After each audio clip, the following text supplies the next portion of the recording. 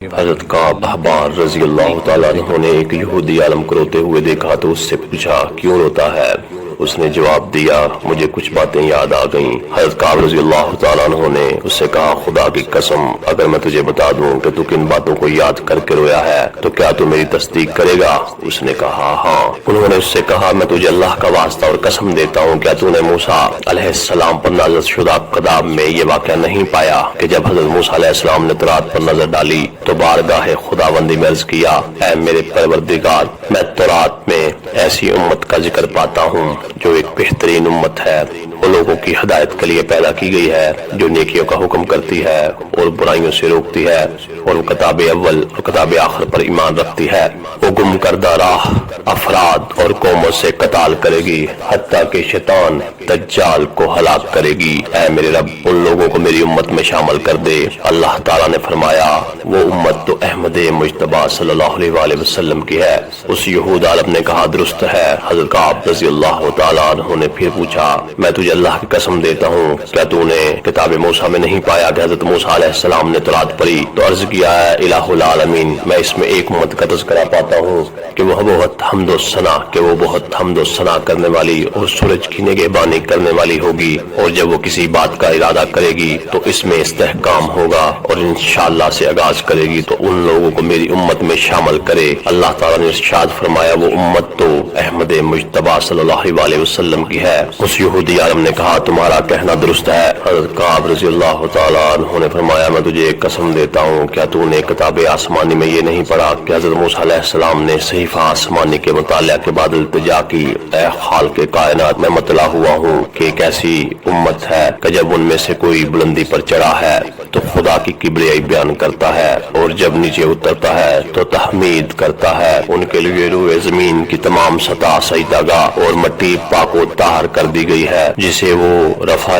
نجاست و جنابت کے لیے استعمال کریں گے۔ ان کے اعضاء وضو روشن اور چمکدار ہوں گے۔ تو نے میری امت بنا دے۔ اللہ تعالیٰ نے ارشاد فرمایا وہ تو احمد مجتبیٰ صلی اللہ علیہ وسلم کی امت ہے۔ یہودی عالم نے کہا بالکل صحیح ہے۔ حضرت کعب رضی اللہ تعالیٰ عنہ نے کہا میں پھر تجھے قسم دیتا ہوں کیا تو نے خدا کے نازل کردہ کتاب میں نہیں پڑھا کہ حضرت موسیٰ علیہ السلام نے جب تورات کو پڑھا تو عرض کیا ہے رب قدیر میں ایسی امت مرحومہ کا ذکر پاتا ہوں جو اپنی کمزوری کے باوجود کتاب اللہ کی وارث ہے اور ان کو تو نے برگزیدہ کیا ہے، مگر کچھ تو ان میں اپنی جانوں پر زیادتی کریں گے اور کچھ لوگ راہ اعتدال پر چلیں گے اور کچھ لوگ ان میں سے نیکیوں میں سبقت لے جائیں گے۔ بس اے صاحب جود و عطا ان سب کو میری امت بنا دے۔ اللہ تعالیٰ نے فرمایا وہ تو احمد مجتبیٰ صلی اللہ علیہ وآلہ وسلم کی امت ہے۔ یہودی عالم نے کہا تو نے حقیقت بیان کی۔ حضرت کعب رضی اللہ تعالیٰ عنہ نے فرمایا میں تجھے خدا کی قسم دیتا ہوں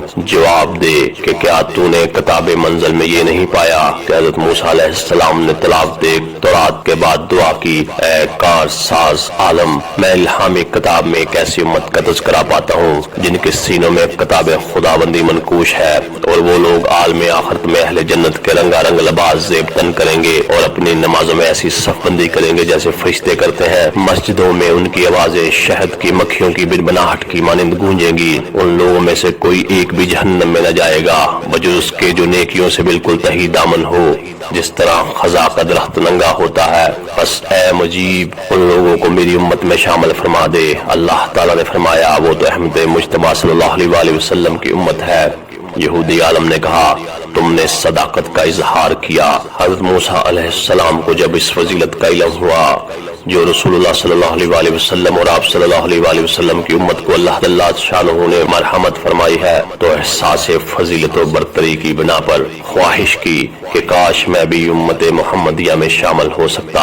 اس حالت تاثر میں اللہ تعالیٰ نے ان پر 3 آیتیں نازل فرمائی اور ان کے ذریعہ سے حضرت موسیٰ علیہ السلام کو مسرت و انبساط بخشا گیا۔ ان آیات مبارکہ کے مضمون کو اس طرح بیان فرمایا گیا اے موسیٰ میں نے تجھے لوگوں سے چن لیا اپنی رسالتوں اور اپنے کلام سے۔